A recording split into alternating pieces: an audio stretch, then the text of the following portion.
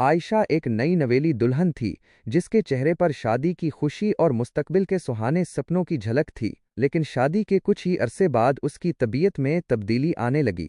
वो हर वक्त थकी थकी रहती, मामूली काम करने के बाद भी निढाल हो जाती और ज्यादातर वक्त बिस्तर पर पड़ी रहती। उसकी आंखों के गिर्द हल्के पड़ गए और उसका रंग जर्द पड़ने लगा।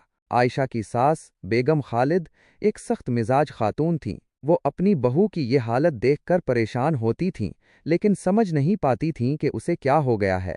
उन्हें लगता था कि आयशा काम चोरी कर रही है और सारा दिन सोती रहती है। वो अक्सर उसे डांटते और कहते, ये कैसी बहू है जो दिन भर पड़ी रहती है, घर के काम काज कौन करेगा।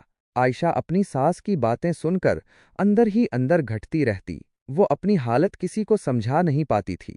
उसे खुद भी नहीं मालूम था कि इसके जिस्म के साथ क्या हो रहा है। वो चाहती थी कि घर के काम करे, सबके साथ हंसे बोले, लेकिन उसके जिस्म में इतनी ताकत ही नहीं होती थी। उसे लगता था जैसे किसी ने उसकी सारी तवानाई निचोड़ ली हो।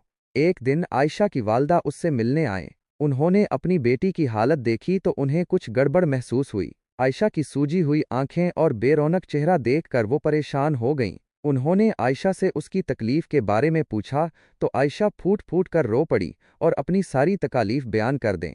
आयशा की वालदा ने उसे फौरन डॉक्टर के पास ले जाने का फैसला किया। डॉक्टर ने कुछ टेस्ट करवाए और मालूम हुआ कि आयशा थायराइड की कम फ़ाली का शिकार है।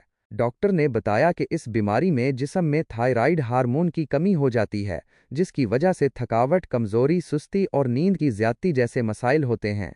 ये जानकर आयशा और इसकी वालदा दोनों को बहुत अफसोस हुआ। उन्हें इस बात का दुख था कि आयशा इतने दिनों तक तकलीफ सहती रही और किसी ने उसकी हालत को समझने की कोशिश नहीं की। आयशा की वालिदा ने फौरन बेगम खालिद को फ़ोन किया और उन्हें आयशा की बीमारी के बारे में बताया।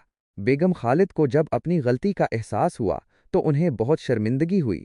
उन्हें अफसोस हुआ कि उन्होंने अपनी बहू को बगैर समझे इतनी बातें सुनाई। वो फौरन आयशा के पास आए और इससे माफ़ी मांगी। उन्होंने आयशा को गले लगाया और यकीन दिलाया कि अब वो उसका ख्याल रखेंगी। आयशा का इलाज शुरू हुआ और धीरे धीरे उसकी तबीयत बेहतर होने लगी। उसकी थकावट कम हुई और वो पहले से ज़्यादा चुस्त रहने लगी। बेगम खालिद ने भी अपनी बहू के साथ बहुत प्यार और शफ़क़त से पेश आना शुरू कर दिया। उन्होंने समझ लिया था कि बीमारी किसी को भी लाहिक हो सकती है और हमें हमेशा दूसरों की तकलीफ़ को समझने की कोशिश करनी चाहिए। आयशा की कहानी इन तमाम लोगों के लिए एक सबक है जो किसी की ज़ाहिरी हालत देखकर फ़ौरन कोई राय कायम कर लेते हैं। हमें हमेशा दूसरों के मसाइल को समझने और उनके साथ हमदर्दी करने की ज़रूरत है। तिब्बी मसाइल को नज़रअंदाज नहीं करना चाहिए और बर वक्त तशख़ीस